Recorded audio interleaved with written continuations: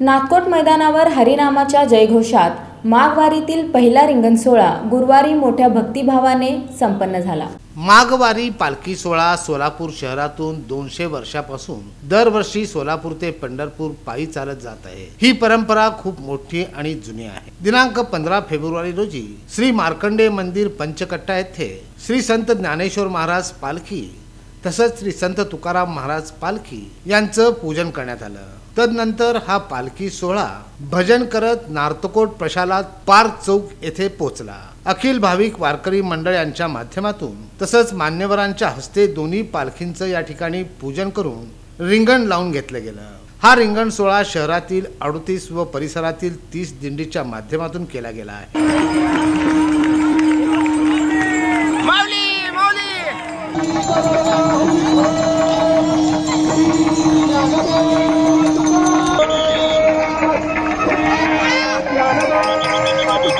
50 महिला भजनी मंडळ यामध्ये सहभागी झाले होते।